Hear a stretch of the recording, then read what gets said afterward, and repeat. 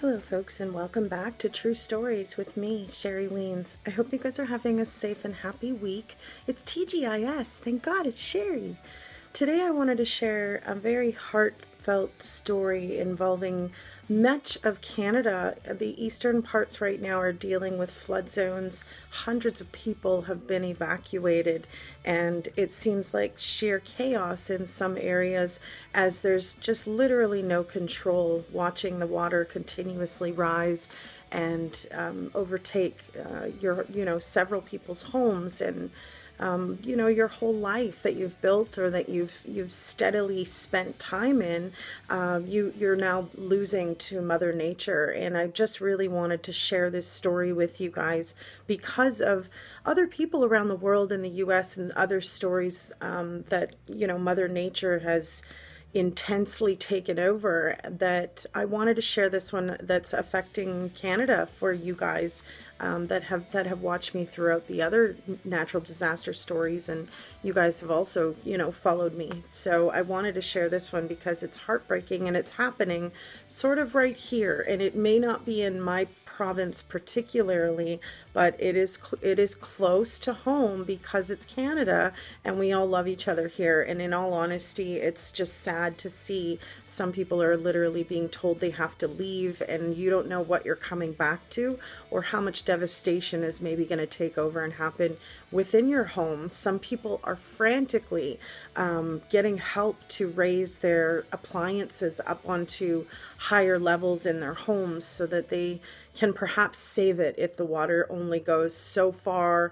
Maybe they can repair the damages and save the rest of the house and not have to, repurchase absolutely everything that was sort of left floor ground level or even basement level. So absolutely heartbreaking, and I thought to share it with all of you. Now, there's a fall in Quebec called Belle Falls Dam, and it was built a long time ago to withstand up to 900 cubic meters of water per second. However, it has steadily been raising far past that level, and officials are worried that it may not be able to hold and withstand the veracity of the water coming through.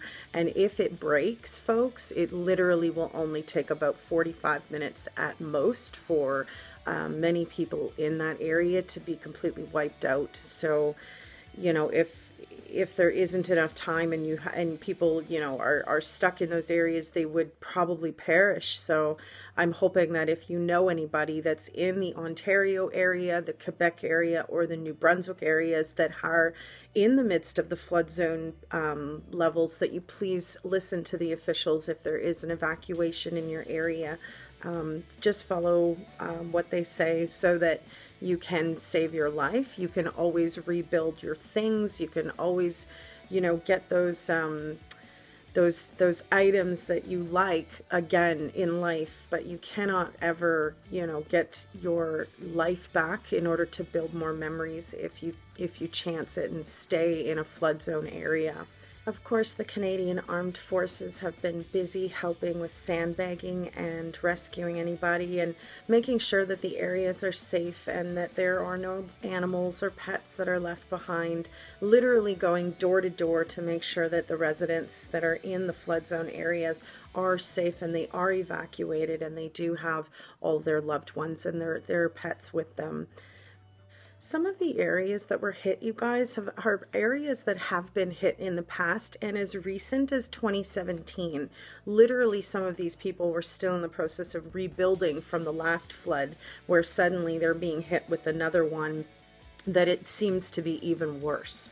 My advice to anybody who is thinking about rebuilding in areas where something like this has happened is to perhaps maybe take the loss in a sense and rebuild in an area that you have researched the levels to the sea levels, so that you can make sure that you're not somebody on the lower end of the sea level where you are in an area that Mother Nature could perhaps take over again in some way. So definitely do some due diligence and homework and research if you're, looking to rebuild or you're looking to even buy somewhere, to make sure that you're not in areas that are close to these kinds of zones. Environment Canada says it's not over yet. There's still much more rain to come, some 20 to 50 millimeters in some areas.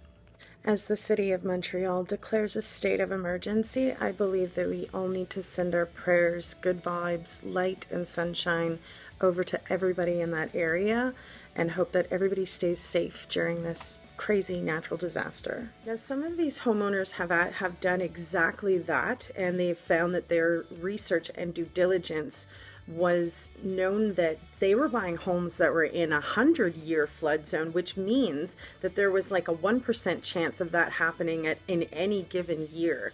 However, this is the second flood in 3 years. Perhaps the information is no longer accurate, or there's something that has changed as far as Mother Nature's wrath on a certain area that has changed the percentage level of this area. Definitely double check, in my opinion, and get a third perspective, because you never know if the first one is even actually accurate, right? So definitely, in my opinion, take the extra precautions and go the extra mile to make sure that you know your exact zone and where you are at. In a fight with Mother Nature, it's honestly a losing battle.